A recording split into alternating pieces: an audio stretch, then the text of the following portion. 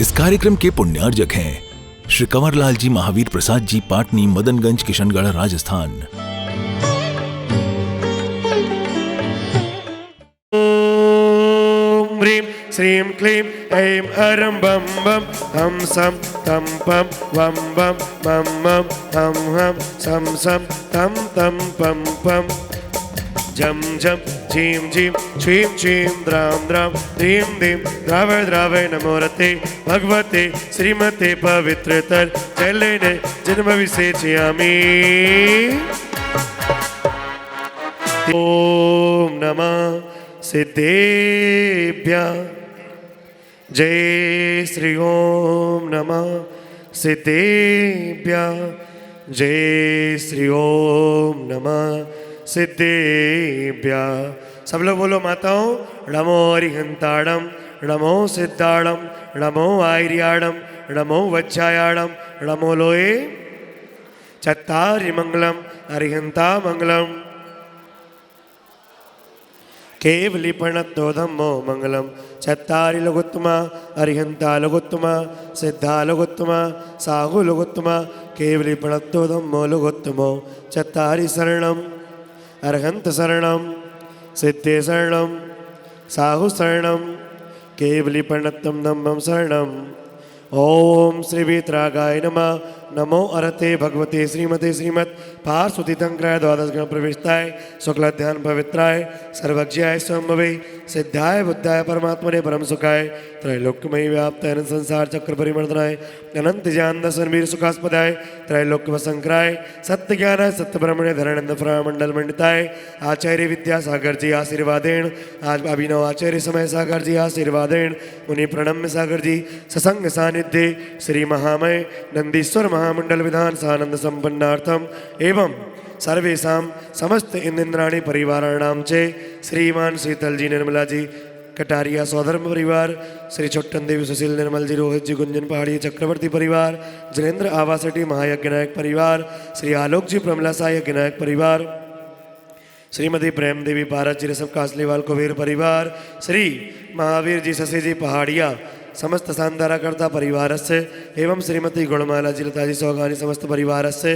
श्राविका प्रमुख घातिकमनाय अपवादम मृत्युम अधिकामम रतिकामम क्रोधम पापम वैरम चे अग्निवायुभयम सर्वशत्रुविघ्नम सर्वोपसर्गम सर्वविघ्नम सर्वराज्य चौर्दुष्टभयम सर्वमृगभयम सर्वात्मघातम परघातम चे सर्वशूल रोगम गुक्षरोगम अक्षरोगम शिरोरोगम जलरोगम चे सर्वनरमारिम सर्वगजास्व गोमय सजमारिम सर्वशस्य धान्य वृक्षता गुलमपत्र पुष्फलमारिम सर्वराष्ट्रमारिम सर्वदेशमारिम सर्विष्मारिम सर्वेताड़ाग्नि साग्नि भयानी सर्ववेदनीयम सर्वमोहनीयम सर्वकर्माष्टकम ओम सुदर्शन महाराज चक्र विक्रम सत्यतेज बलवीर सौर शांति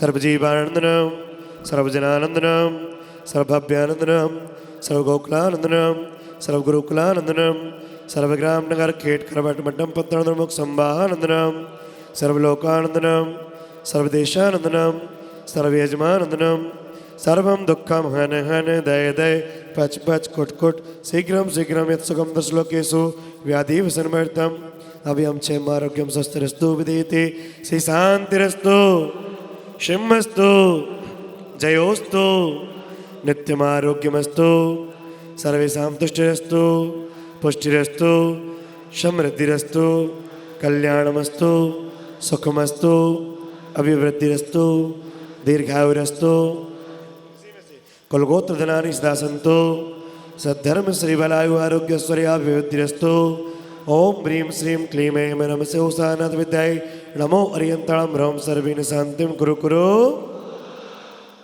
तुम प्यारा ये मंत्र नमोकार जपते रहो रे नरे नारी हो गई नैया लाखों की पार जपते रहो रे नरे नारी ഇടമോ അരിഹന്താളം ഇടമോ സീതാളം ഇടമോ ആയിരിയാളം ഇടമോ വച്ചായാളം നേത്രഃ പവിത്രോ വാ സ്വസ്തിതോ ദസ്തിതോ പിവാ ധ്യായത് പഞ്ച നമസ്കാരം സർവപാപൈ പ്രമോച്യത്തെ अपवित्र पवित्रो वा सर्वावस्थां गतोऽपि वा यास्मरे परमात्मानं साम्प्रान्तरेषु च अपराजित मन्त्रोऽयं सर्वविघ्नविनाशना मङ्गलेषु चे सर्वेषु प्रथमं मङ्गलं मताय ऐसो पंचडमो यारो सब पाव पणासडो मंगलाणं च सव्वेसे परमं होई मंगलम् स्वस्ति त्रैलोक गुरुवे जिन पोंगवाय स्वस्ति स्वभाव महिमोदय स्वस्तिताय स्वस्ति प्रकाश सहजो चित्त तन्मयाय स्वस्ति प्रसन्न ललिता कुटुम्बे भवाय स्वस्ति क्षरद्विमल बोधि सुधा प्लवाय स्वस्ति स्वभाव परभाव विभासिकाय स्वस्ति त्रिलोक विदितेक चिदोत्तमाय स्वस्ति त्रिकाल सकलायतवे सिताय द्रव्यस्य शुद्धिमधिगम्य यथानुरूपं भावस्य शुद्धिमधिगन्तु कामा मेरे भगवन मन के मकान में घन घन घन घंटा बाजे सारे जहान में आ जाओ मेरे भगवन आ जाओ मेरे भगवन मेरे मकान में घन घन घन घंटा बाजे सारे करके जहान 1 में 2 3 ये हो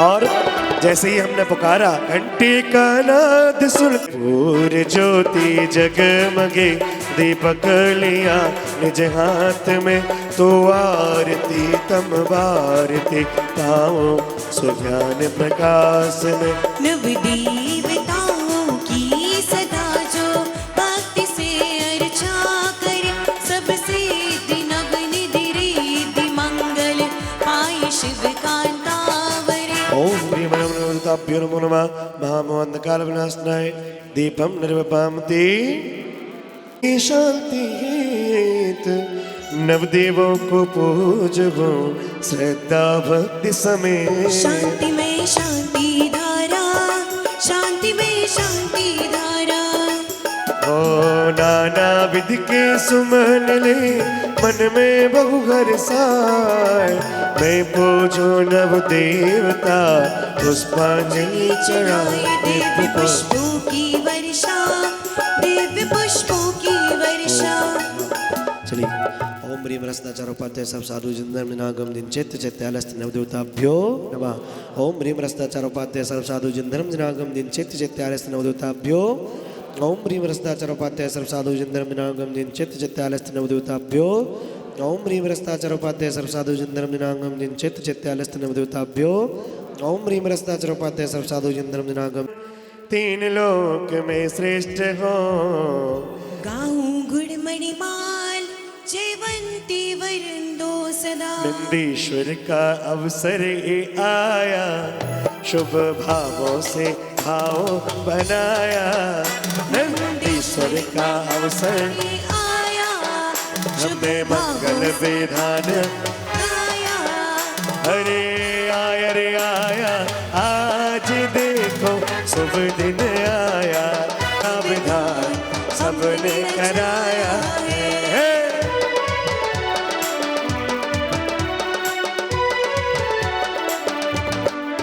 ढोलीना ढोल रे बजाओ आई शुभ घड़ी डोलीरा डोल रे बजाओ देखो आई शुभ घड़ी आज जयकारों की जड़ी ढोलीना डोलीरा डोल रे बजाओ देखो आई शुभ घड़ी डोल रे बजाओ देखो आई शुभ घड़ी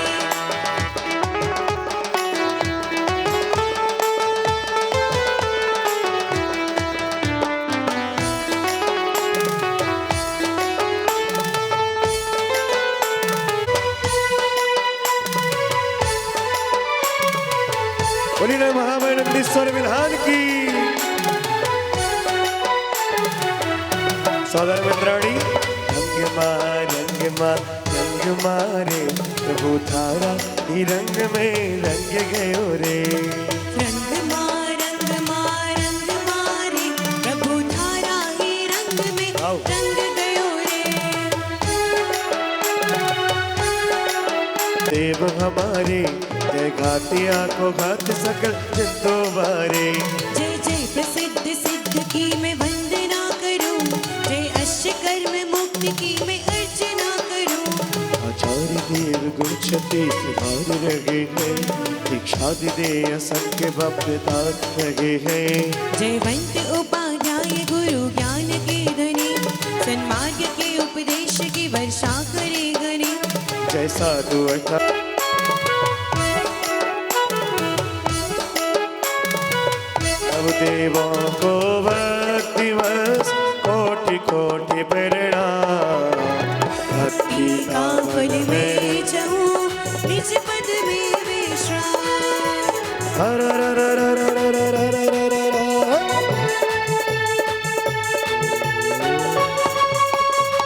अब तक तो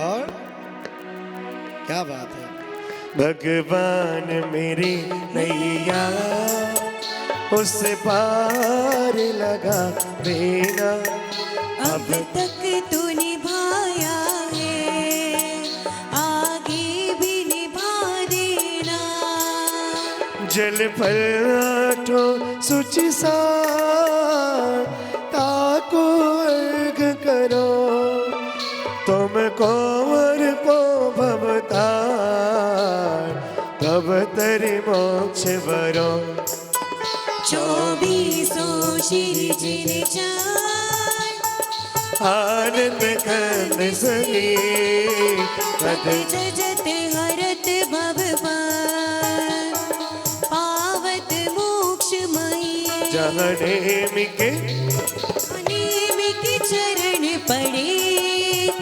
गिरनार की धरती पर ओम ह्रीं नंदीश्वर दीपे द्विपञ्चाशज्जनालयस्तजन प्रथमासमो अत्र अवतरोत्तर शम्भो षट् आवाहनम् जय हो जय हो जय हो ओम ह्रीं नंदीश्वर दीपे द्विपञ्चाशज्जनालयस्तजन प्रथमासमो अत्र तिष्ठ तिष्ठ ठाठाति स्थापनम् जय हो जय हो जय हो चन्ना तुम्हें उपचकोर थारी भक्ति में प्रभु मेरा नाच रहा मन मोर हो नंदीश्वर वसुदीप में पावन जिन वरदान जलधारा जिन चरण में विधिमल का क्या काम सुदीप में पावन जिन वरधाम दिव्य पुष्प अर्चा महा सिद्ध मनोरथ का ओम ह्रीं श्री नंदीश्वर द्वीपे द्विपञ्चाशत् जिनालय स्त्रीन् प्रतिमाभ्यो नमः कामबाण विध्वंसनाय पुष्पं निर्वपामिति नंदीश्वर वसुदीप में पावन जिन वरधाम दिव्य दिव्य नैवेद्य ले सुदान से दुखधाम ओम ह्रीं श्री नंदीश्वर द्वीपे द्विपञ्चाशत् जिनालय जिन प्रतिमाभ्यो नमः शुदारो विनाशनाय नैवेद्यं निर्वपामिति नंदीश्वर ओम निवारं पांडुवाणी युतो धनी कुमार बोधि जी से जय ओम निवारं कांचनवाणी युतो धनी कुमार बोधि जी से जय ओम निवारं कांचनवाणी युतो धनी कुमार बोधि जी से जय ओम निवारं गण युतो सुवर्ण कुमार बोधि जी से जय ओम निवारं वीरवाणी युतो विद्युत कुमार बोधि जी से जय ओम निवारं वीरवाणी युतो द्वीप कुमार बोधि जी से जय ओम निवारं अमी मानेंद्र बोधि जी से जय ओम निवारं अमित वीर बोधि जी से जय ओम निवारं अमित महानेंद्र बोधि जी से जय ओम निवारं भूषेंद्र बोधि जी से जय घोषेन्द्र मोदी जी से जय नमः। ओम नमः विष्णु कुमार मोदी प्रणीत प्रवीण पदम प्रवीण मोदी जी से जय नमः। ओम नमः विष्णु कुमार मोदी द्वितीय प्रवीण मोदी जी से जय नमः। ओम नमः विष्णु कुमार मोदी प्रवीण प्रवीण मोदी जी से जय नमः। ओम नमः विष्णु कुमार मोदी द्वितीय प्रवीण मोदी जी से जय नमः।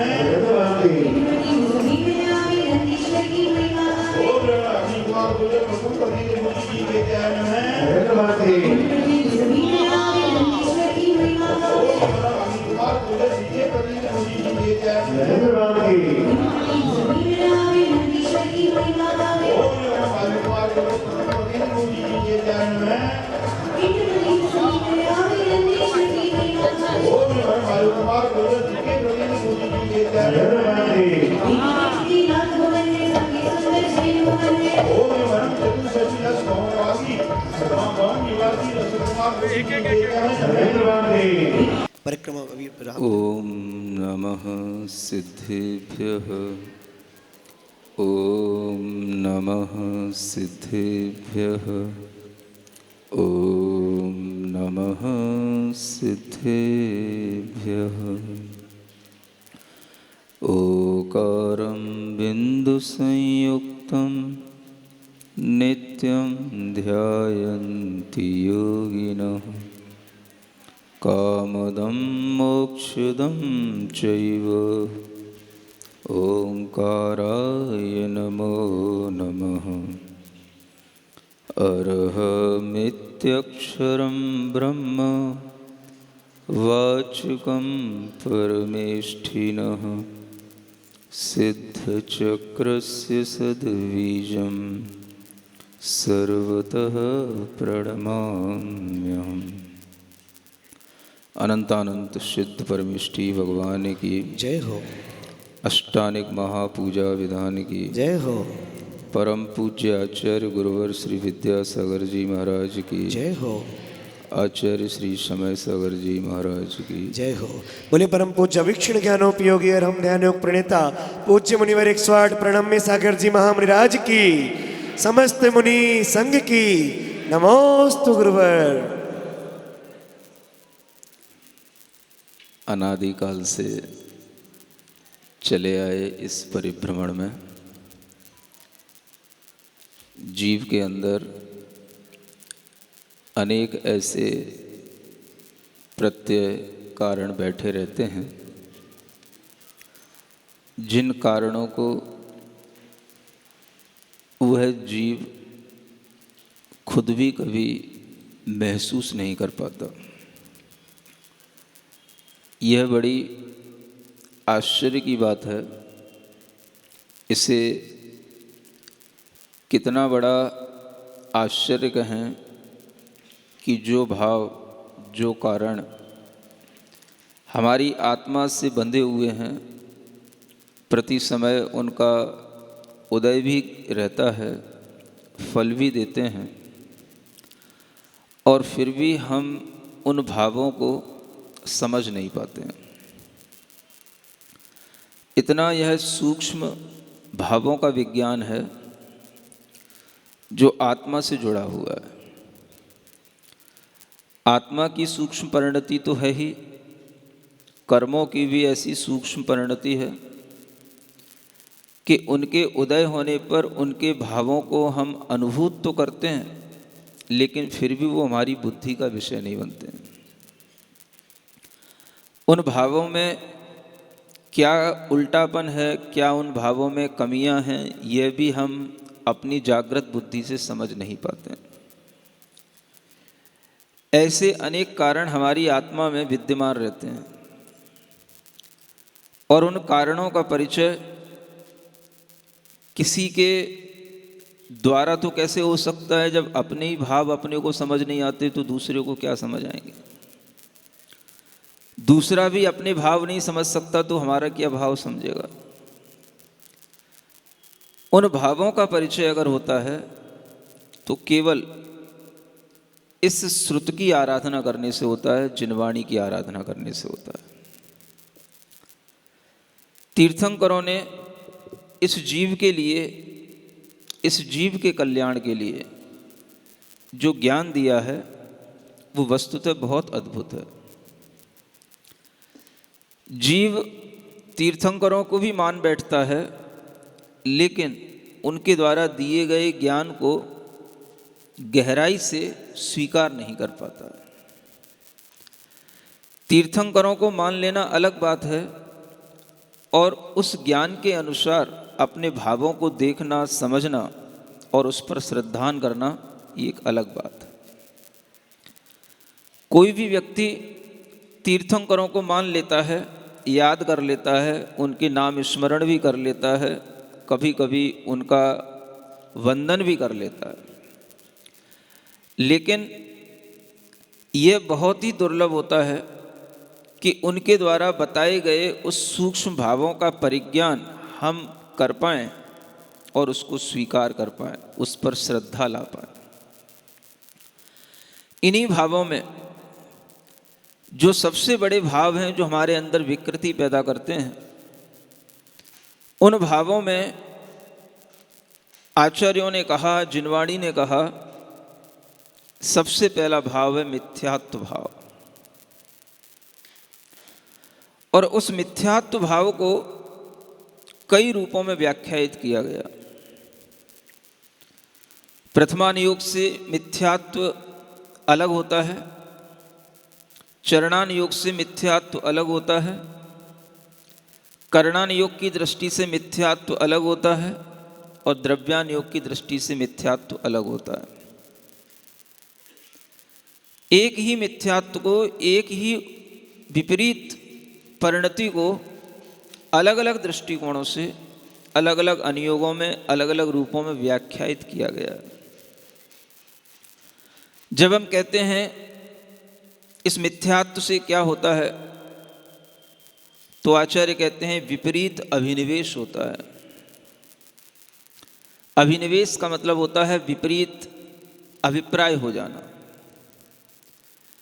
अभिप्राय की विपरीतता इस मिथ्या भाव के कारण से आती है और अभिप्राय का सही हो जाना सम्यक्त्व के कारण से होता है। अब इस विपरीत अभिप्राय को कैसे समझा जाए? कौन भला मानने को बैठे कि मेरा अभिप्राय विपरीत है? हम किसी से कहें तो सामने वाला क्यों माने हमारी बात, और सामने वाला अपने मन से कभी सोचे तो अपने आप को गलत क्यों ठहराए? और ये विपरीत अभिप्राय चलता रहता है। इस विपरीत अभिप्राय को, इस विपरीत अभिनिवेश को समझ पाना, इसको तोड़ पाना, ये अपने आप में एक बहुत बड़ा कार्य है। और यह कार्य कैसे हो? जैसे बने तैसे हो। चाहे वो भगवान की पूजा करने से हो, चाहे वो बड़े बड़े विधानों का आयोजन करने से हो, चाहे वो स्वाध्याय करने से हो, चाहे वो ध्यान करने से हो, चाहे वो समीचीन आचरण करने से हो, चाहे वो किसी भी तरह का और कोई प्रतिक्रमण, प्रत्याख्यान आदि का कार्य करने से। जैसे बने तैसे इस विपरीत अभिप्राय को तोड़ना, इस विपरीत अभिनिवेश को समझना और ये मानना कि इस विपरीत अभिनिवेश को हम सिर्फ तभी तोड़ सकते हैं जब हम जिनवाणी के अनुसार चलें। जिनवाणी में कहे हुए भावों के अनुसार अपनी परिणति बनाएं। जिनवाणी में कहे हुए तत्व को स्वीकार करते हुए उसकी दृढ़ता को बनाए रखें, तब ये विपरीत अभिनिवेश कुछ कुछ कम हो सकता है। अब ये विपरीत अभिनिवेश इतना बड़ा होता है कि इसको आचार्यों ने अलग अलग तरीके से व्याख्यायित किया। प्रश्न था, क्या इंद्रों के पास भी 363 मत होते हैं? क्या वो भी मिथ्या दृष्टि होते हैं? इसलिए क्या हम ये अर्घ चढ़ा रहे हैं? नहीं, इसलिए अर्घ नहीं चढ़ा रहे। भगवान की पूजा से क्या मिले? क्या टूटे, क्या भीतर से बदले, तो यही एक भावना यहां पर बताई गई है। भगवान की पूजा से, भगवान की छोटी पूजा नहीं बड़ी पूजा से कुछ बड़ा भी मिलना चाहिए। क्या चाहते हो? दिवाली का कोई बम्फर ड्रॉ है?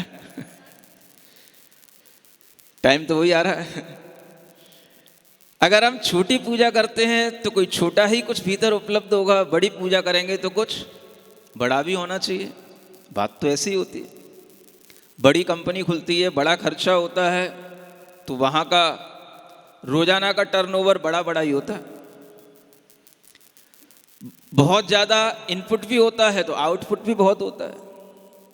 छोटी कंपनी होती है, छोटी सी दुकान होती है, तो छोटा सा इनपुट आउटपुट से काम चलता है। हम जितना बड़ा अपने सामने रखते हैं उसके अनुसार हमारे भाव भी बनते हैं और हमारे भावों के अनुसार हमारी वैल्यू भी बनती है। यही सिद्धांत सामने रखते हुए ये विचार आता है कि जब हम भगवान के पास में जाते हैं तो आचार्यों ने कहा भगवान के दर्शन से भी मिथ्यात्व दूर हो जाता है, विपरीत अभिनिवेश दूर हो जाता है। फिर कहीं लिखा है कि भगवान की पूजा करने से भी मिथ्यात्व दूर हो जाता है। फिर कहीं लिखा है कि भगवान की महापूजा रचने से मिथ्यात्व दूर हो जाता है। फिर कहीं लिखा कि भगवान के द्वारा बताए गए तत्व का समीचीन ज्ञान करने से मिथ्यात्व दूर हो जाता है। फिर कहीं लिखा कि भेद विज्ञान करने से मिथ्यात्व दूर हो जाता है। ये बातें एक से एक बढ़कर के शास्त्रों में लिखी हुई हैं। कब होगा ये मिथ्यात्व दूर? कितने तरह का मिथ्यात्व होता है? आचार्यों ने कहा है कि 363 तरह के मिथ्यात्व के भाव आपके अंदर पड़े हो सकते हैं। कितने? हाँ। और इतने अभिप्राय हैं आपके अंदर। हम जीव को जीव मान लेते हैं तो शायद अस्थि रूप में ही मान के रह जाएं, हाँ जीव है, तो कहीं हम ये ना भूल जाएं कि जीव नहीं भी है। सब जगह जीव ही जीव है। तो एक ऐसा भी अभिप्राय है जो कहता है ब्रह्मांड में सब जगह जीव ही जीव है, अजीब कुछ है नहीं है। ऐसे भी जीव मानने वाले हैं। सब जगह सिर्फ जीव का ही परिणमन है, एक ब्रह्म का ही परिणमन है और कुछ नहीं है दुनिया में दूसरी। अगर ऐसा अभिप्राय बस गया तो भी विपरीत अभिनिवेश बन गया। कहीं हमने कहा कि जीव है ही नहीं, ये तो सिर्फ मान्यताएं हैं, जीव होता है, आज जन्म लिया है अगले जन्म में भी होगा, ये हमारी मान्यताएं हैं। स्यात् नास्ति स्यात् अस्ति। अगर स्यात् लगता है तो सम्यक होता है अभिप्राय, और स्यात् नहीं लगता है तो वह एकांत मान्यता में जीता है कि हाँ एकांत रूप से जीव होता है या एकांत रूप से जीव नहीं होता है। अब उस एकांत के साथ में अनेक तरह की और भी मान्यताएं उसके साथ जुड़ जाती हैं। अनेक तरह के अन्य और मिथ्यात्व उसके साथ जुड़ते चले जाते हैं और वे सब टोटल बन जाते हैं 363। कोई क्रियावादी भी होते हैं, कोई अक्रियावादी भी होते हैं, कोई वैनयिक भी होते हैं, कोई सांशयिक भी होते हैं। क्रियावादी तो क्रियावान ही जीव है, क्रिया करने से ही मुक्ति मिलेगी, बिना क्रिया के मुक्ति नहीं मिलेगी, ये क्रियावादियों की बात होती है। अक्रियावादी होंगे तो उन्हें हर चीज में अक्रिया महसूस होगी, क्रिया मत करो, क्रिया करने से कुछ नहीं होगा, एकांत रूप से अक्रिया से ही जो है मुक्ति मिलेगी। ऐसे 1, 2, 4, 10 नहीं, अनेकों प्रकार के अभिप्राय जो गिनती में आ जाते हैं वो तो 363 बताए हैं, और जो गिनती में नहीं आते होंगे वो तो अभिप्राय। एक एक कर्म के उदय से होने वाले अध्यवसाय भाव जब सिद्धांत ग्रंथों में पढ़ते हैं तो असंख्यात लोक प्रमाण भाव होते हैं। एक मिथ्यात्व के भाव भी असंख्यात लोक प्रमाण भाव हो सकते हैं, एक मिथ्यात्व भी असंख्यात प्रकार का हो सकता है। ये भावों की गणना जब सिद्धांत पढ़ोगे तब समझ में आएगी।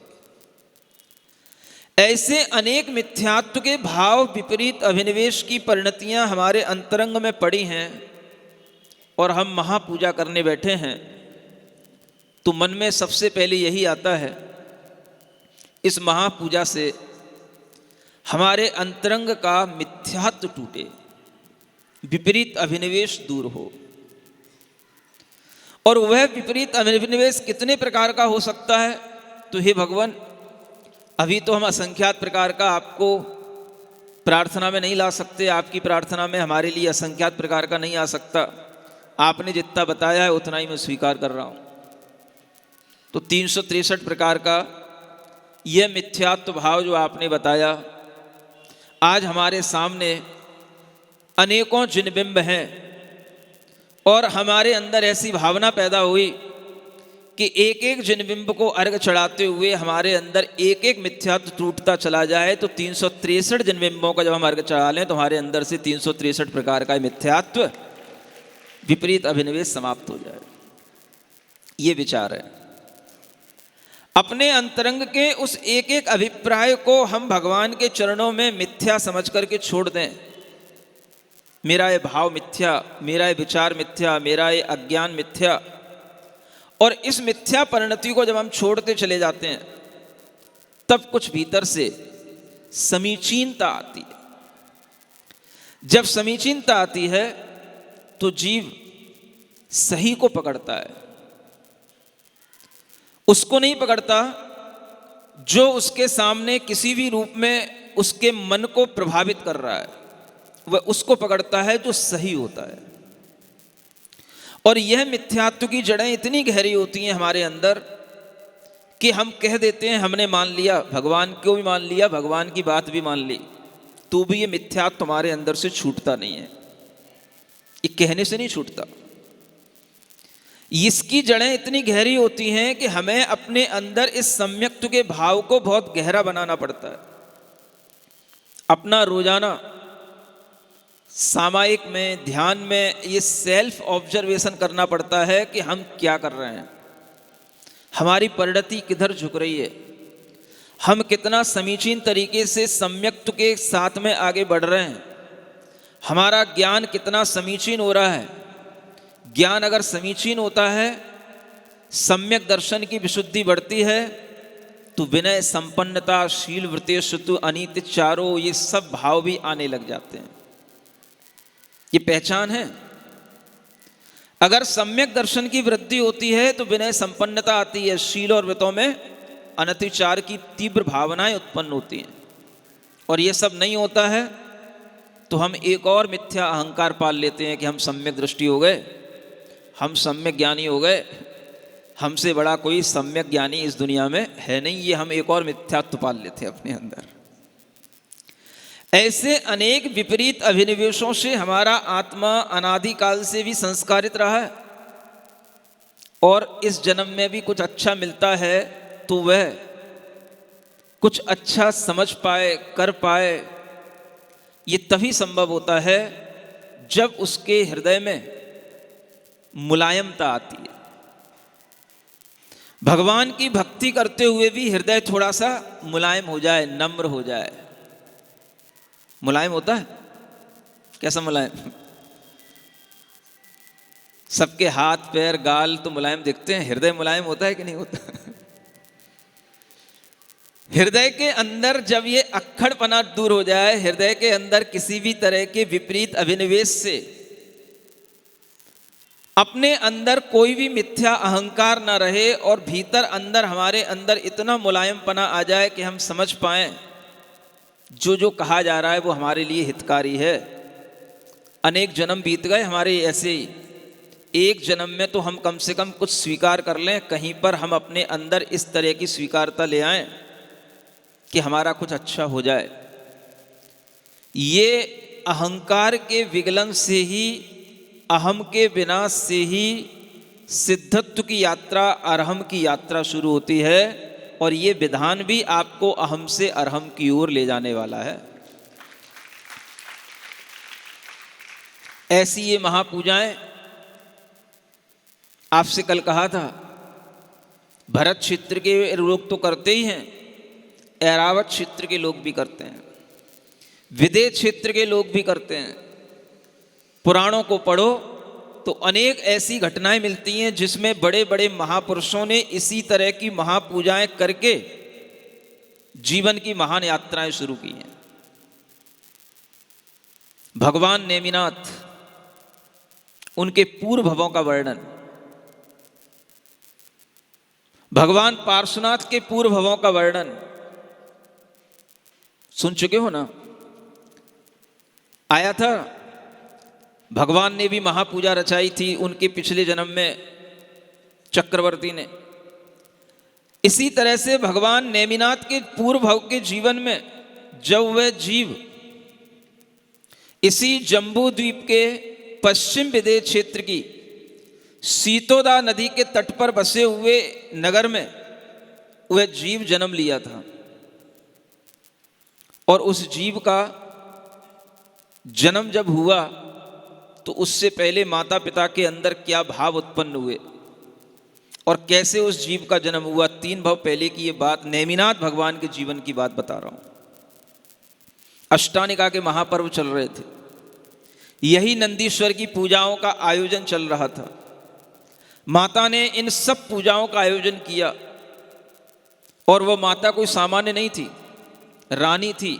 अरहत दास नाम के राजा थे, उनकी पत्नी थी वह, जिनदत्ता नाम की रानी।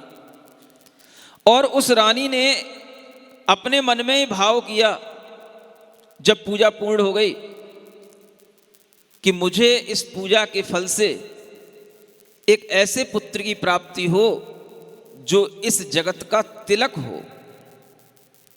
क्या हो? तिलक जानते हो क्या हो? जगत में श्रेष्ठ हो, ऐसे पूत की प्राप्ति हो।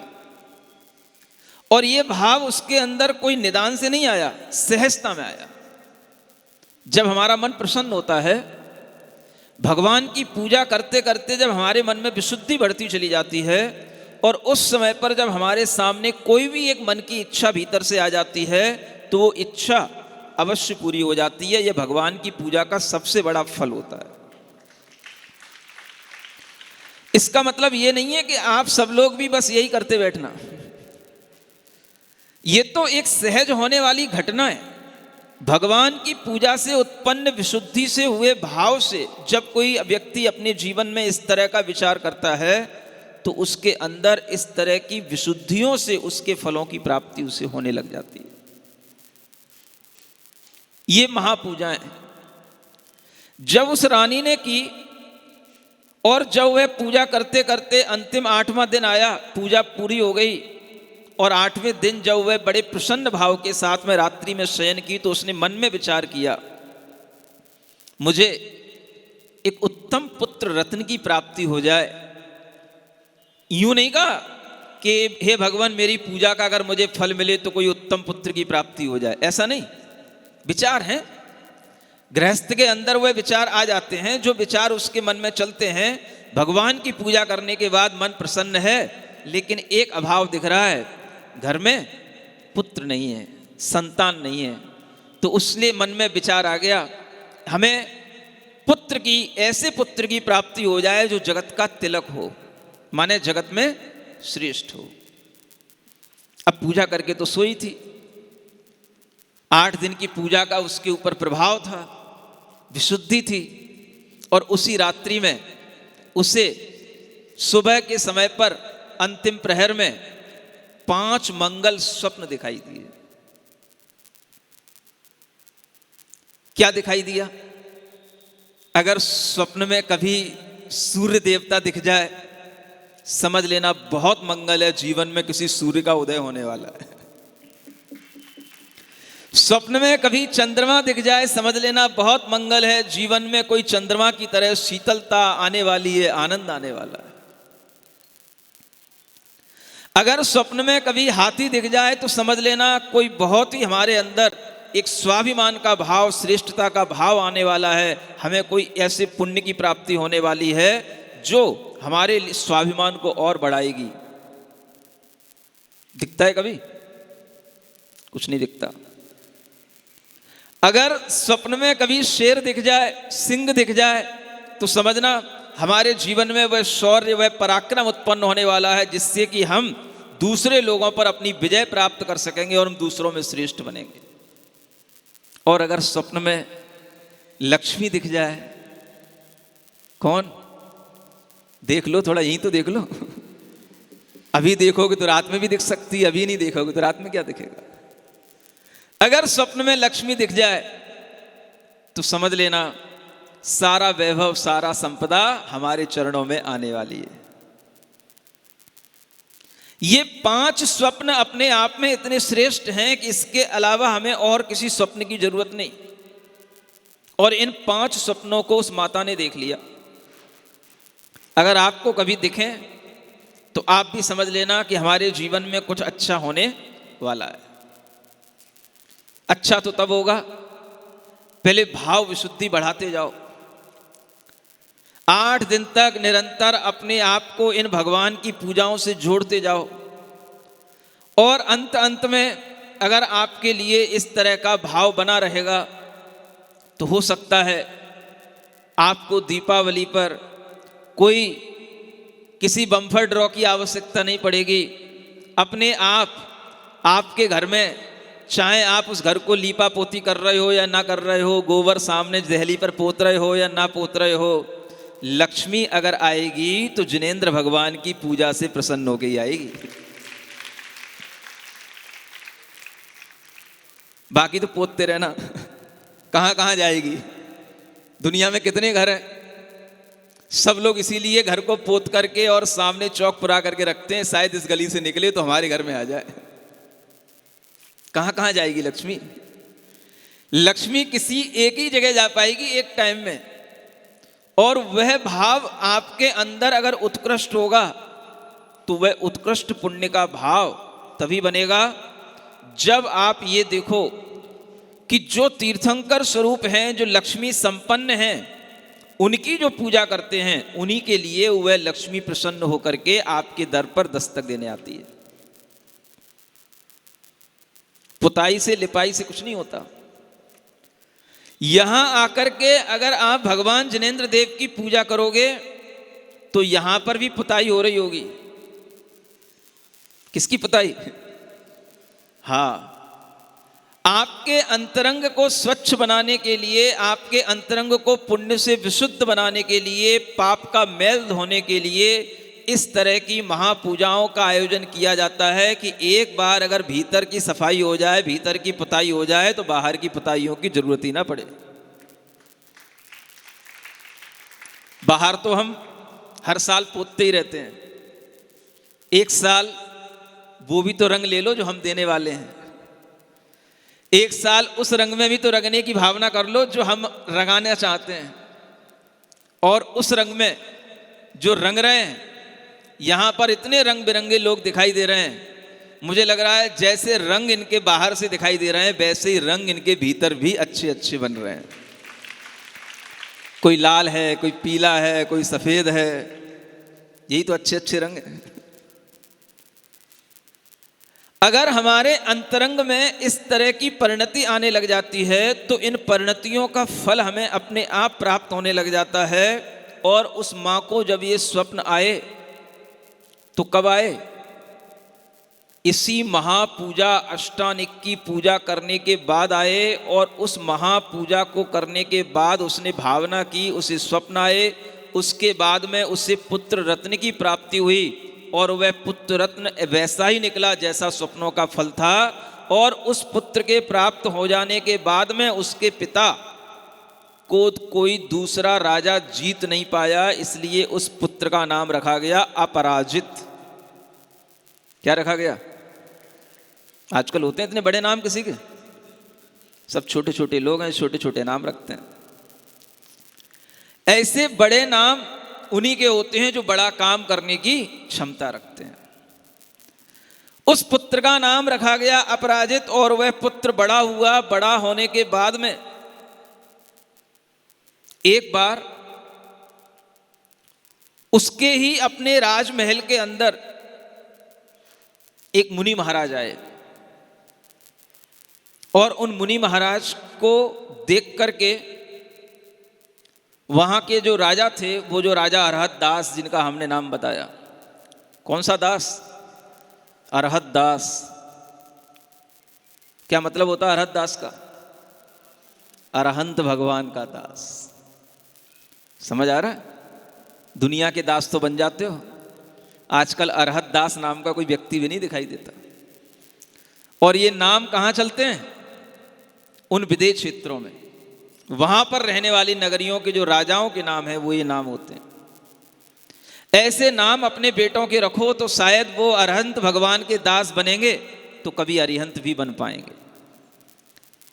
ऐसे भगवान के नामों के ऊपर अपनी आराधना करने वाले, अपने नामों पर भगवान के नाम से अपने अंतरंग में ऐसा विश्वास लाने वाले लोगों के अंदर कितने बड़े बड़े कार्य हो जाते हैं।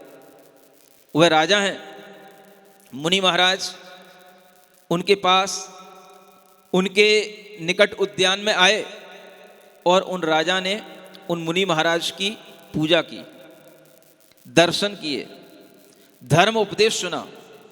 और धर्म उपदेश सुनने के बाद में उनके अंतरंग में ऐसी परिणति उत्पन्न हुई कि उन्होंने अपना राजपाट उस अपराजित बेटे को देकर के 500 राजाओं के साथ में दीक्षा ग्रहण कर ली। किन्होंने? अरहत दास ने। इसलिए शायद तुम ऐसे नाम नहीं रखना चाहते हो। वह अरहत दास राजा को जब दीक्षा हो गई, वह विमल वाहन नाम के मुनि महाराज थे और उन्होंने जब दीक्षा दे दी, दोनों वह निकल गए। वह विमल वाहन नाम के मुनि महाराज, अरहत दास राजा और वह सब अपनी तपस्या करते रहे। और तपस्या करने के बाद में एक दिन उन विमल वाहन नामक मुनि महाराज को केवल ज्ञान की प्राप्ति हो गई और उन्हें मोक्ष की प्राप्ति हो गई। कहां की घटना है? याद है? विदेश क्षेत्र की, पश्चिम विदेश क्षेत्र की। 2 विदेश होते हैं, एक पूर्व का और एक पश्चिम का। अब वहां पर जब उन मुनि महाराज को इस तरह से केवल ज्ञान हो गया तो अपराजित को पता पड़ा, तो उसे मन में उसके अंदर ये विचार आया कि हम उन विमल वाहन मुनि महाराज के द्वारा दर्शन भी नहीं कर पाए और उन्हें मोक्ष की प्राप्ति हो गई। न जाने क्यों उसके मन के अंदर इस तरह का भाव आया कि उसने कहा, मुझे जब तक उन मुनि महाराज के दर्शन नहीं हो जाएंगे या विमल वाहन उन केवली भगवान के दर्शन नहीं हो जाएंगे, तब तक मैं आहार ग्रहण नहीं करूंगा।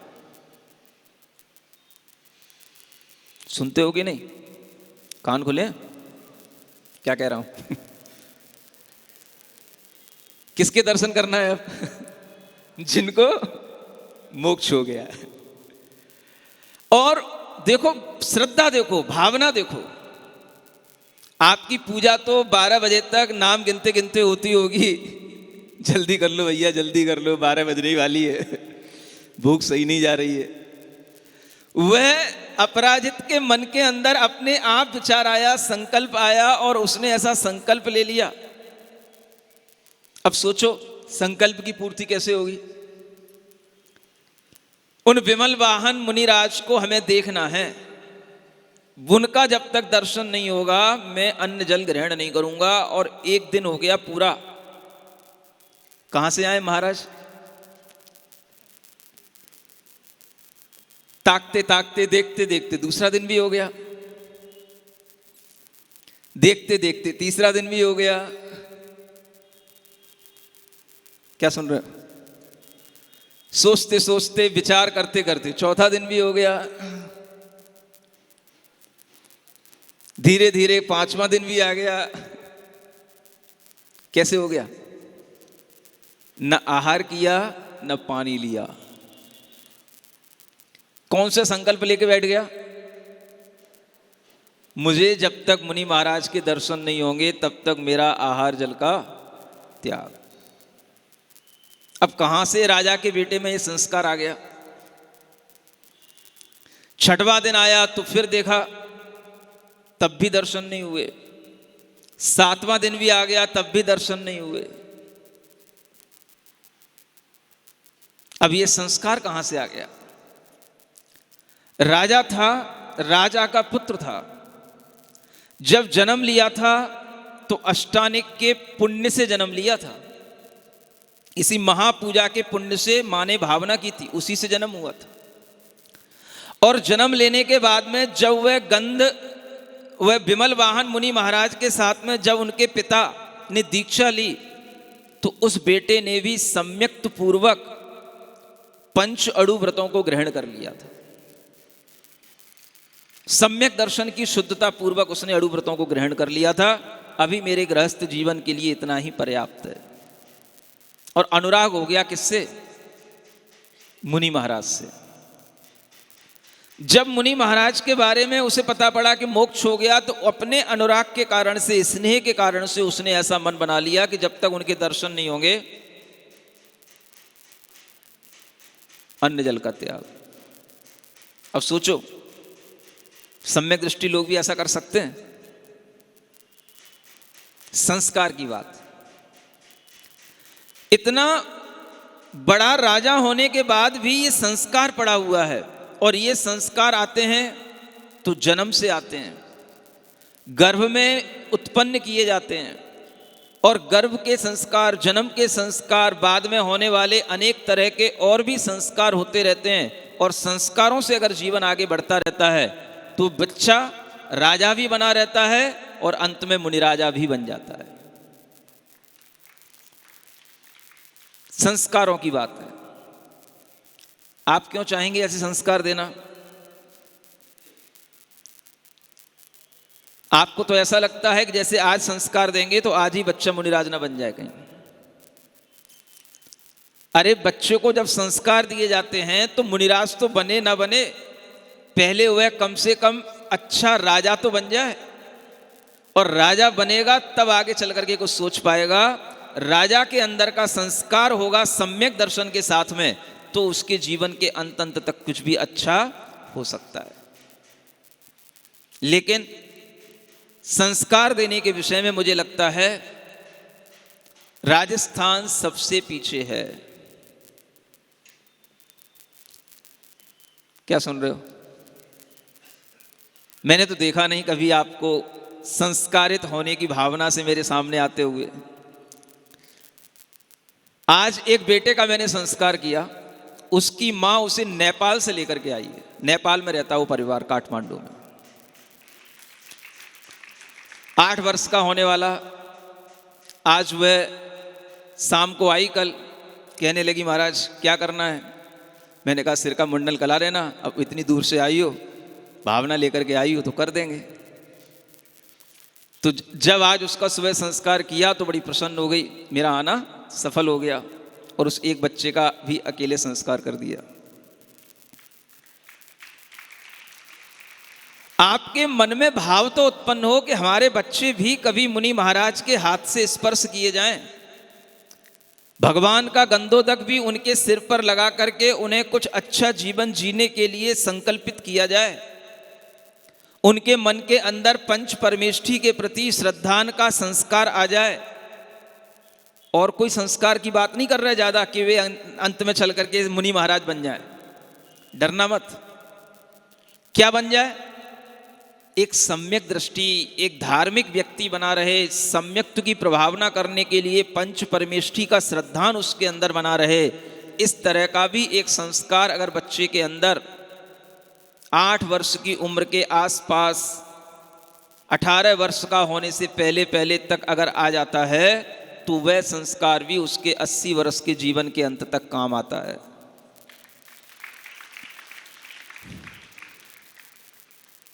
सुनते हो? बहुत बड़े बड़े काम तो यहां हो ही रहे हैं। धर्म प्रभावना तो खूब अच्छी आप लोग कर ही रहे हो। थोड़े धर्म संस्कारों की भी प्रभावना का एक काम कर लो।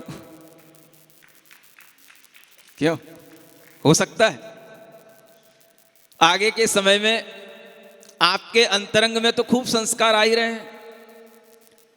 बड़े बड़े पूजा विधानों के माध्यम से आपकी आत्मा में पवित्रता लाने का भरसक प्रयत्न किया ही जा रहा है और हो भी रहा है।